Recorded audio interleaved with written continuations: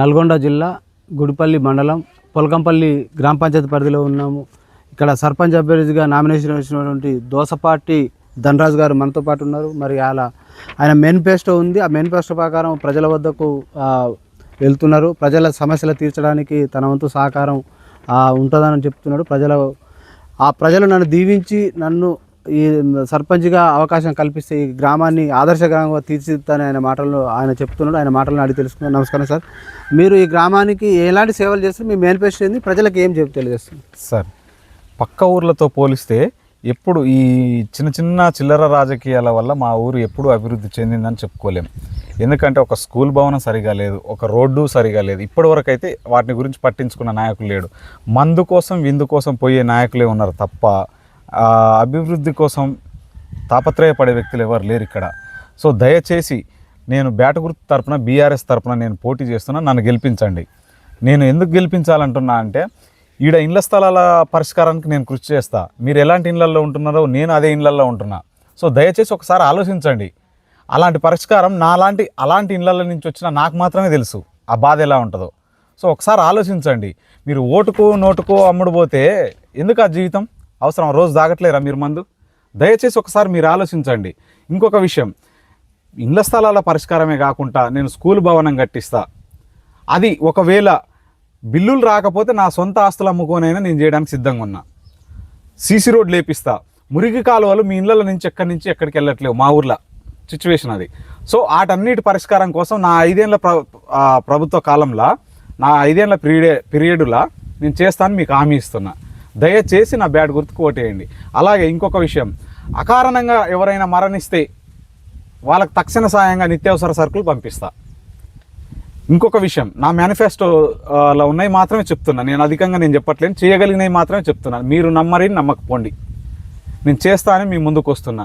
ఇంకొక విషయం ఏంటంటే, ఇవన్నీ కాకుండా ఎవరైనా నిరుద్యోగులు, వెనకబడి ఉన్న దిగువ తరగతి మధ్యతరగతి వాళ్ళు ఎవరైతే ఉన్నారో వాళ్ళకు ఉచిత కోచింగ్ ఇప్పించి ఒక ఎంప్లాయీగా చూడడమే నా లక్ష్యం. అలాంటి లక్ష్యం కోసం నేను ఉచిత కోచింగ్ కూడా ఇప్పిస్తా అంటున్నా.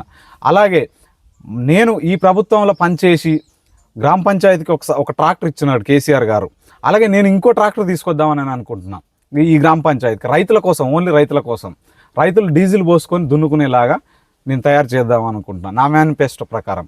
ఆయన కేసీఆర్ ఏం చేసిండండి? ఇంత మంచి పనులు చేసిండు. కాళేశ్వరం కట్టిండు. యాదాద్రికి పోయి చూడండి ఒకసారి. ఎవరికి వెళ్ళినా మీరు ఆలోచించుకోండి ఓటు. యాదాద్రికి పోయి రండి, నేను బస్సు కడతా. కేసీఆర్ అభివృద్ధి చేయలేదు, అప్లపాలు చేసిండు అంటున్నారు కదా. మేడిగడ్డలు ఎక్కడి నుంచి వచ్చింది? కాళేశ్వరం ఎక్కడి నుంచి వచ్చింది? సుంకేసులు ఎక్కడి నుంచి వచ్చింది? గోదావరి నీళ్ళని ఇక్కడికి ఎవరికి తీసుకొచ్చిండ్రు? ఎవరికైనా ఆలోచన వచ్చిందా? ఆ థాట్ వచ్చిందా? నిన్న మొన్నటి దాకా యూరియా కొరత ఎంత అధ్వానంగా ఉండే రైతులు రోడ్లు ఎక్కిన పరిస్థితి ఉంది. రైతులు రోడ్లు ఎక్కి ధర్నాలు చేసిర్రు, గుర్తులేదా? అవన్నీ గుర్తుపెట్టుకొని ఇవాళ పార్టీల కోసం, వ్యక్తులు ఇచ్చే మందు కోసం మీరు ఎందుకు అమ్ముడుపోతున్నారు? అవసరం లేదు. మీరు స్వతంత్రంగా మీకు మంచి చేస్తాడని అభ్యర్థికి ఓటేయండి. నేనైతే నా బాధాప్త నేను చెప్తున్నా, నేను ఇవి చేయగలిగిన పనులు కాబట్టే చెప్తున్నా. నేను మందు విందు నేను పంచుతా. నేను ఎలాంటి పొజిషన్లో ఇప్పుడు రావడం జరిగిందో మీ అందరికి తెలుసు.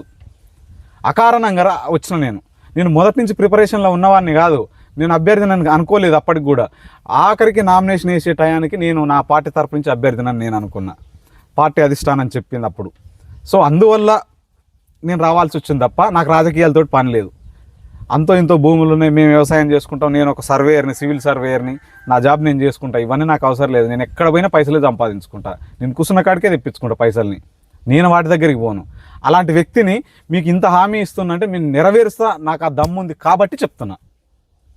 దయచేసి ఒకసారి ఆలోచించండి, బ్యాట్ గుర్తుకు ఓటేయండి. ఇప్పుడు అందరూ అక్కడ తాగుతున్నాం తింటున్నాం అని అక్కడిక్కడ పోతున్నారేమో, తప్పలేదు. మీ ఓటు మాత్రం బ్యాట్ గుర్తుకేయండి. నేను ఒంటరి పోరాటమే చేస్తున్నా. కేసీఆర్ ఆయాల తెలంగాణ కోసం ఒక్కడే వచ్చిండు, కానీ ఒక్కడొచ్చిన తర్వాత ఇవాళ 3 కోట్ల మంది ఆయన దగ్గర దాసోహం అంటారు. ప్రతి రైతులను అడగండి. పింఛన్లు ఇచ్చిండు. ఎవరిచ్చారు? 200 పెంచారు. 60 రూపాయల పెన్షన్ని 4000కి తీసుకొచ్చింది ఎవరు? కేసీఆర్ కాదా? మీకు తెలియదా? ఒకసారి ఆలోచించండి. యూరియా కొరత ఎప్పుడైనా జరిగిందా?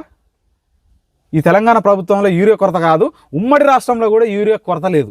మరి ఇవాళ ఎందుకు జరిగింది? 24 గంటల కరెంటు ఉంటుందా? మీకు తెలుసు. రైతులు ఉన్నారు, ఇందులో ఇళ్ళ వాళ్ళు ఉన్నారు.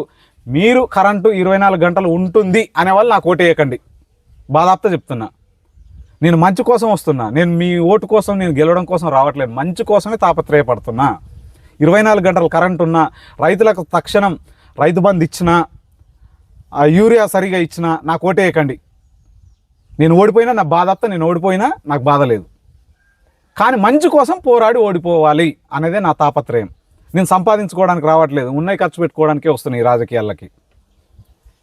ఆస్తులు అమ్ముకొనైనా చేయగలిగే దమ్ము నాకుంది. నేను ఇచ్చిన మాట తప్పను. నా మేనిఫెస్టో ప్రకారం నేను చేయకపోతే, నా 5 ఏళ్ల కాలంలో నేను చేయలేకపోతే నా ఆస్తులు మీకు రాసిస్తా, అగ్రిమెంట్ రాసిస్తా ఇప్పుడే. బాధాత్త చెప్తున్నా కదా. సో ఒక్కసారి దయచేసి ఆలోచించండి. ఎవరైనా సరే, చిన్నలు, పెద్దలు, పిల్లలు, అందరూ అక్క చెల్లెళ్ళు, నా తోబుట్టులు అందరూ కూడా ఆలోచించండి. నేను మంచి కోసం పోరాటం చేస్తున్నా. డబ్బు కోసమే పోరాటం చేస్తే నేను కూడా ఎకరం అమ్ముతా. అది కాదు కదా నాకు కావాల్సింది. తాగి ఊగే రాజకీయాలు నాకొద్దు. నేను మంచి కోసం తాపత్రయపడుతున్నా. ఇప్పటికి చూడండి ఈ మెయిన్ రోడ్డు ఎట్లా ఉంది. నిన్నమన్నటి దాకా మెయిన్ రోడ్డు మీద ఆటోలు కూడా పోలేదు. బడి దగ్గర నుంచి భీమనపల్లికి పోవాలంటే ఆటోలు కూడా పోలేదు. ఏ నాయకుడు అన్న పట్టించుకుండా ఇలా క్వార్టర్ ఇస్తున్నాడు, అందరూ అడిపోతున్నాం, మనం పోదాం అనుకుంటున్నారే తప్ప ఏ రోజైనా దాని గురించి ఆలోచించరా? ఎందుకు ఇట్లా అవుతున్నాయని ఒక్క క్షణం మీరు ఆలోచిస్తే మార్పు మీ చేతుల్లోనే ఉంది, నా చేతులే కాదు. మార్పు మీ చేతుల్లోనే ఉంది. రేవంత్ రెడ్డి ప్రజల వద్దకు పాలన అంటున్నాడు కదా. ఏం చేసిండు చెప్పండి? ప్రజల వద్దకు పాలన, రైతులను రోడ్డు మీద నిలబెట్టడం ప్రజల వద్దకు పాలన అంటే? రైతును రాజు చేయడం ప్రజల వద్దకు పాలన. రైతు బంధు 3 సార్లు ఎగ్గొట్టిండు, ఇచ్చిండా? గమనించండి ఒకసారి. ఎలక్షన్ కోసం ఇప్పుడు ఇచ్చిండు. బతుకమ్మ చీరలు ఎప్పుడు రావాలి? దసరా దీపాల మధ్యలో ఇచ్చినాడు కేసీఆర్. ఏ రోజైనా సరైన టైంకి ఇచ్చిండా? ఒక్కసారి ఇచ్చిండు, ఎలక్షన్ కోసం మొన్న ఇచ్చిండు. అంతకుముందు ఇచ్చిండా? అంతకుముందు రైతులు అనేవాళ్ళు, ఓటర్లు అనేవాళ్ళు గుర్తున్నారా? ఏదో జూబ్లీ హిల్స్లో 2-3 వేల కోట్లు ఖర్చు పెట్టి గెలిచిండ్రు. ఆ ఊపు చూసుకొని ఇక్కడ స్థానిక సంస్థల ఎన్నికలు పెట్టిండు. కానీ దమ్ముండి ఈసారి కూడా మా పార్టీ ఎంత లీడ్ ఇస్తున్నదో చూడండి. అక్కడక్కడ అధికారంలో లేకపోయినా బీఆర్ఎస్ సర్పంచులు ఎంతమంది అవుతున్నారో చూడండి. ఒకసారి ఆలోచించండి మీరు కూడా. సో నేను చెప్పేది నా అవసరాల కోసం, నా ఆర్థిక స్తోమత కోసం అయితే కాదు. బాధాత పని చేస్తా. మీరు మీ సమస్య కొద్దీ నా దగ్గరకు వస్తే వారం రోజులల్లా ఆ సమస్యను పరిష్కరించడానికి కృషి చేస్తా. వారం రోజులల్లా నేను చేయలేదు అని అంటే మీరు అవిశ్వాస తీర్మానం పెట్టుకోండి. నేను దిగిపోతా. వీడు చేస్తాడు, చేయగలిగే దమ్ము వీడికి ఉంది అనుకున్న వాళ్ళు మాత్రమే ఓటేయండి. నేను ఓట్ల కోసం రాజకీయాలకు రాలేదు, మంచి కోసం వచ్చిన. నేను చదువుకున్న ఎడ్యుకేషన్ పర్సన్ని. నేను వాళ్ళు చేసిన మోసం నేను చేయలేను, మందులు విందులు నేను ఇయ్యలేను. బాధాత్త పని చేస్తా, పని చేయించుకోండి. నాదొకటే విన్నపం, బ్యాట్ గుర్తుకి ఓటేయండి, మంచిని గెలిపించండి.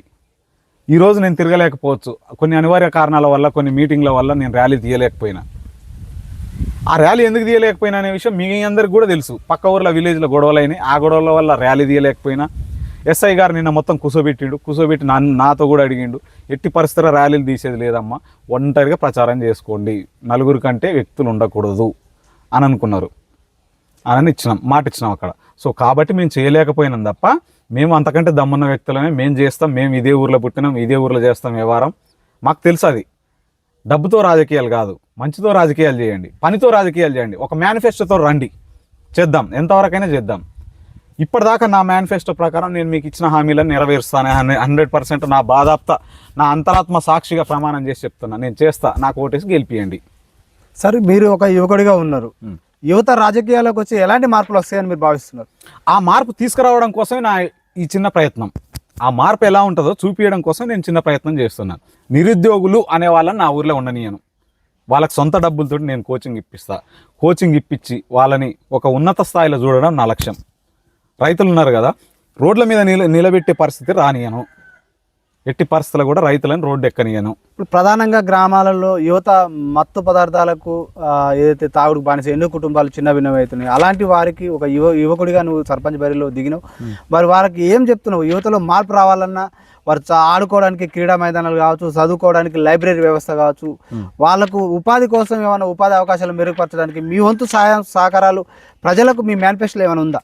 ఉంది సార్, 100% ఉంది. ఇప్పుడు ఎక్కడైతే తాగుతున్నారో జనం, పబ్లిక్ ఏడికైతే పోయి దుకాణాల దగ్గరికి పోయి మత్తుకు బానిస అవుతున్నారో అదే ప్లేస్లో నేను గ్రంథాలయం పెట్టాలనుకుంటున్నా. అది నా సొంత డబ్బులతో, ప్రభుత్వం ఇచ్చినా ఇవ్వకపోయినా, ఏది చేసినా చేయకపోయినా నా మేనిఫెస్టోలో ఉన్నది. ఎక్కడైతే తాగి ఊగుతున్నారో అదే ప్లేస్లో గ్రంథాలయాన్ని పెట్టి నేనేంటో నిరూపించుకుంటా నేను గెలిస్తే. అందులో రాజీ పడాల్సిన అవసరం లేదు. నేను నా సొంత డబ్బులతో పెడతా. మీరు ఏ దుకాణం కారణం అయితే తాగుతున్నారో అదే దుకాణం దగ్గర గ్రంథాలయాన్ని ఏర్పాటు చేసే బాధ్యత నాది.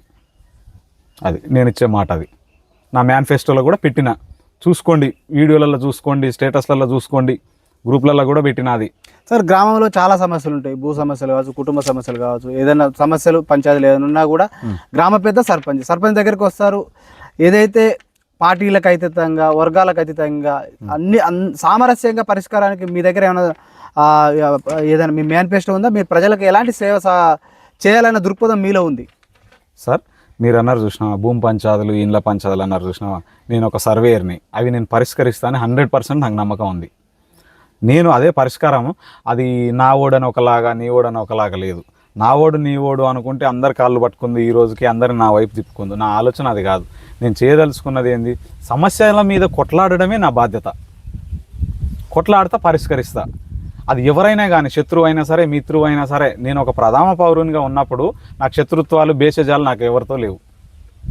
సార్ గ్రామంలో వనరులను కాపాడడం విషయంలో కావచ్చు, పర్యావరణం పరిరక్షించడంలో, గ్రీనరీ పెంపొందించడం విషయంలో కావచ్చు, మీకు అవకాశం కల్పిస్తే ఈ గ్రామ ప్రజలు, పొలకంపల్లి గ్రామ ప్రజలు, ఓటర్లు, మీరు ఎలాంటి ఈ జలవనరుల సంరక్షణ కావచ్చు, పర్యావరణ పరిరక్షణ కావచ్చు, గ్రీనరీ పెంపుదల ఎలా చేస్తారు? సార్ మా కేసీఆర్ గారు హరితహారం అనే పథకం పెట్టిండు. మా ఊర్లో ఎక్కడ చెట్లు కనిపించట్లేవు, మేకలు తినేస్తున్నాయి. దానికి ఏదన్నా పర్మనెంట్ సొల్యూషన్ చూపిస్తా. ఆ విషయంలో మాత్రం పర్మనెంట్ సొల్యూషన్ చూపిస్తా. చుట్టూ పచ్చదనాన్ని ఏర్పాటు చేసే బాధ్యత నాది. ఒక ఆదర్శ గ్రామంగా తీర్చిదిద్దడం నా బాధ్యత సార్. నేను సంపాదిస్తానా, పోగొట్టుకుంటున్నా, ఏదైనా అమ్ముకోనికి సిద్ధం. నాకు భార్య, పిల్లలు, ఫ్యామిలీ అనేది లేదు. బతికితే జనం కోసం బతుకుతా, చస్తే నా జనం కోసమే చస్తా. నాకున్న ఆప్షన్ అదొకటే. స్వార్థం కోసం డబ్బు సంపాదించడానికి తినేవాళ్ళు కూడా నాకు లేరు సార్. ఇప్పుడు ఉన్నది కూడా నేను తినలేకపోతున్నా. సో అలాంటి పొజిషన్లో ఉన్నవాడికి ఇంకా అలాంటి ఆలోచనలు ఎందుకుంటాయి సార్? సంపాదించుకోవాలనే కోరికలు ఉండవు. ఏదైనా మంచి చేయాలి. అది గ్రీనరీ విషయంలోనైనా, ల్యాండ్ విషయంలోనైనా, ప్రజల విషయంలోనైనా, ప్రజల సమస్యల విషయంలోనైనా నా కోరిక అదొకటే. నేను మంచి చేస్తా. ఎవరికైనా నా శత్రువు నా తలుపు తడితే అర్ధరైతులైనా సరే నేను సహాయం చేయడానికి సిద్ధంగా ఉన్నా. అది అధికారంలో ఉన్నా చేస్తా, లేకపోయినా చేస్తా. నన్ను అప్రోచ్ అయితే మాత్రం. సార్ భారత రాజ్యాంగం ఓటు హక్కు అనేది పవిత్రమైనది. భారత రాజ్యాంగం కల్పించినట్టు ఓటు అది ఆయుధం. దాన్ని మద్యానికో డబ్బుకో అమ్ముకోవడం జరుగుతుంది. రాజకీయ పార్టీగా ప్రలోభాలకు గురి చేస్తున్న ప్రజల ఓటర్లు. ఆ మార్పు పోవాలి. ఆ సంస్కృతి పోయి ఏదైతే ఈ దేశానికి గ్రామాలే పట్టుకొమ్మలు, ఎలాంటి నాయకుడిని ఎన్నుకుంటే గ్రామాలలో ప్రజాస్వామ్యం ప్రడవిల్లుతుంది, ఆ సంస్కృతి పోవడానికి మీ కృషి ఏమైంది ఉంది? మీరు ప్రజల వద్దకు ఏ విధంగా వెళ్తున్నారు? ఓటు ఎలా అభ్యర్థిస్తున్నారు? సార్ నేనేం లేదు సార్, ఒక్కడితో మొదలైంది కేసీఆర్. తెలంగాణ అనే విషయం ఎవరికి తెలియదు. 1960లో కేసీఆర్ కూడా లేడు అప్పటికి. తెలంగాణ అనే ఒక నినాదం వచ్చింది. ఆ నినాదం వచ్చిన తర్వాత ఆంధ్ర నాయకులకు అందరూ అమ్ముడుపోయారు. కానీ ఒక కేసీఆర్, సరే ఆయన అవసరాల కోసం పోలేదా, ఎట్లా పోలేదా అనేది తెలియదు, కానీ ఒక కేసీఆర్ నిలబడ్డాడు. ఆయన తర్వాత 303 కోట్ల మంది ఆయన కండదండలు అందించారు. ఇవాళ నేను ఒక్కనే కావచ్చు, ఓటు తిరగడం నేను ఒక్కనే తిరుగుతున్నా, ప్రచారం చేయడం నేనే తిరుగుతున్నా, ఫ్లెక్సీలు కూడా నేనే బాతుకుంటున్నా. ఎందుకంటే నాకు స్వార్థ రాజకీయాలతో అవసరం లేదు. స్వార్థ రాజకీయాలతో అవసరం అనుకుంటే నేను ఇట్లా డబ్బు ఇట్లా ఇసిరేస్తాను. నేను కూడా ఏముంది సార్, ఎకరం మీద సర్పంచి. సో నాకు అలాంటి ఆలోచన అయితే లేదు సార్. నేను చెప్తున్నా కదా, యువత కూడా ఆలోచించాలి, మంచి చేసేవాడికి సపోర్ట్ చేయాలి. డబ్బుకు మందుకు అమ్ముడు పోయే వాళ్ళ గురించి నేను చెప్పదలుచుకోలేదు సార్. వేస్ట్ వాళ్ళ గురించి ఎందుకు మాట్లాడడం. సార్ ఫైనల్గా సార్, ఈ పొలకంపల్లి గ్రామ ప్రజలు దోసపాటి ధనరాజుకు ఓటు వేయాలంటే మీరు ఓటర్లకు, ప్రజలకు ఏం చెప్తారు? మీ సమస్యల పరిష్కారానికి వారం రోజులు నాకు టైం ఇవ్వండి. ఎలాంటి పరిష్కారం అయినా నేను పరిష్కార మార్గం చూపే బాధ్యత నాది. గతంలో కొంతమందికి అయితే తెలుసు, ఈ దేవరకొండ డివిజన్లో చెక్ డ్యాములు 2 వచ్చినాయి. ఆ రోజు గత ప్రభుత్వంలో టీఆర్ఎస్ సర్పంచ్ ఉండడం వల్ల, నేను గ్రామశాఖ అధ్యక్షుని అవ్వడం వల్ల ఎమ్మెల్యే గారితో చాలాసార్లు గొడవ పడి మరి ఆ చెక్ డ్యామ్ తీసుకొచ్చాను. దాదాపు 2 కోట్ల చెక్ డ్యామ్. అది 150 ఎకరాలకు నీటి వనరు కలిగింది. అలాగే గతంలో 20 సంవత్సరాలు 30 సంవత్సరాల కింద మా ఊరి నుంచి బస్సు వెళ్ళిపోయింది. మేము అధికారంలో ఉన్నాం కాబట్టి ఆ బస్సును తేయగలిగినాం. మేము చేసిన పనులు అవి. అలాగే ముసలోళ్ళు దాదాపు 45 మందికి కొత్త పింఛన్లు నేను నా సొంత డబ్బులతో ఇప్పించిన. కావాలంటే వాళ్ళని అడగండి. వాళ్ళు నాకేమి ఇస్తున్నారో వాళ్ళకి తెలుసు, నాకు తెలుసు. కానీ నేను తీసుకోలేదు. నా సొంత పైసలు పెట్టి వాళ్ళకి ఇప్పించిన. సో నేను గతంలో కూడా మంచి పనులు చేసిన. నాకు అవకాశం ఇస్తే ఇంకా మంచి పనులు చేయడానికి కృషి చేస్తా. సో అది ఆలోచించండి, అది ఆలోచించి ఓటేయండి. ఈ డబ్బు ఈ ఒక్కరోజే పంచుతారు, తర్వాత ఎవరిని దొరకరు. రాజకీయ నాయకుల లక్షణమే అది. సో నేను అలా కాదు, నేను బాధాప్త ప్రజల వద్దకు పాలన తీసుకురావడానికి కోసం బాధపడుతున్నా నేను. మీరు ఆలోచించుకోండి. అది సార్. సార్ మీకు గుర్తు ఏమొచ్చింది? మీరు ఏ గుర్తు? మరి నాది బ్యాట్ గుర్తు సార్. మరి ఏం చెప్తారు మీరు ప్రజలకు? మీ గుర్తు బ్యాట్ గుర్తుకు ఓటేయండి. మీ పరిపాలనని మీరే చేసుకోండి, ప్రజల వద్దకే పాలన. అదే మా నినాదం. దయచేసి ఆలోచించండి. నాది 3వ నెంబర్ బ్యాట్ గుర్తు. ఒకసారి ఆలోచించి ఓటు వేయండి. వేసే ముందు ఒకసారి క్యాండిడేట్ ఎలాంటోడు, వాడి పూర్వపరాలు పరిశీలించండి. పూర్వపరాలు పరిశీలించిన తర్వాత మీరు ఎవరికి వేస్తారా అనేది మీ ఇష్టం. ఒక్కసారి పరిశీలించండి. నేను చెప్పిన హామీలు నెరవేర్చే దమ్ము నాకుంది, ఓటేసే దమ్ము మీకుంటే నన్ను భారీ మెజార్టీతో గెలిపించండి. మీరు ఇచ్చిన హామీలు కనుక ఒకవేళ నెరవేర్చకపోతే ఇదే ఊర్లో మీరు రాజీనామా చేస్తారా సార్? రాజీనామా చేయడం కాదు, నా ఆస్తులు మొత్తం గ్రామ పంచాయతీకి రాసిచ్చి వెళ్ళిపోతాయి ఈ ఊరు నుంచి. చెప్పండి. నేను ఒకవేళ నా ఇచ్చిన హామీలను నేను నెరవేర్చకపోతే నా తాతల తండ్రుల కాడి నుంచి వచ్చిన నాకు ఆస్తులు ఉంటాయి కదా, ఆ ఆస్తుల్ని రాసి ఆ బుడ్రాయి కాడ పెట్టి నేను ఈ గ్రామ పంచాయతీకి రాసిచ్చి వెళ్ళిపోతాను. నేను చేయలేకపోతే. మీకు దమ్ముందా? నాకు ఓటేసే దమ్ము మీకుంటే మీరు చూపించండి. నేను చేస్తానా చేయనా మీరు చూడండి. నా 5 ఏళ్ల కాలంలో నేను చేయలేకపోతే నా ఆస్తులు మొత్తం అక్కడ పెట్టి బొడ్రాయి కాడ పెట్టి దండం పెట్టి వెళ్ళిపోతాయి ఈ ఊర్ల నుంచి. జీవితంలో ఈ ఊరు ముఖం చూడను, మళ్ళీ జీవితంలో నేను ఈ రాజకీయాల గురించి మాట్లాడను. ఒక్కసారి ఆలోచించండి. నాకు దమ్ముంది, బర్రాబర్ చేస్తా, బాధాప్త చేస్తానని చెప్తున్నా. మీరు ఎందుకు ఆలోచించాలి? మంచి చేస్తానేవాడిని ఎందుకు ఆలోచిస్తున్నారు? అనవసరంగా డబ్బు ఖర్చు పెట్టుకొని వారు రేపు ఎలా సంపాదించాలని బాధపడే వాడి గురించి ఆలోచిస్తున్నారే తప్ప బాధాప్త వీడు పని చేస్తుంటుండు కదా, వీనికి చేద్దాం, మనం సపోర్ట్ చేద్దామని ఎందుకు ఆలోచించట్లేరు? ఒక్కసారి మీరు ఆలోచించండి.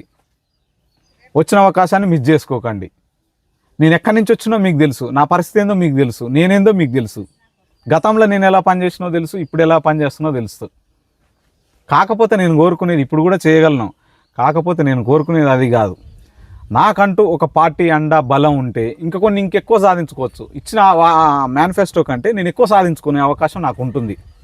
దానికోసం మాత్రమే నేను తాపత్రయపడుతున్నా. ఒక్కసారి ఆలోచించండి మీరే. Okay sir, thank you sir. ఇక్కడ దోసపాటి ధనరాజు గారు ఈ గ్రామాన్ని ఆదర్శ గ్రామం ప్రయాణించడానికి నా శాయశక్తుల పనిచేస్తాను, నా జీవితమే జనం కోసం అని అంటున్నారు. నేను పని చేయకపోతే కూడా నా ఆస్తులను బొడ్రాయి కాడ పెట్టి ఈ ఊరి నుంచి పోతానని కూడా ఓటర్లకు చెప్తున్నాడు, విన్నవిస్తున్నాడు. మరి ప్రజలు కూడా ఎటువైపు పట్టం కడతారో వేచి చూద్దాం. మరో వ్యక్తితో మీ ముందుకు వస్తాం. చూస్తూనే ఉండండి మీ తెలుగు టీవీ.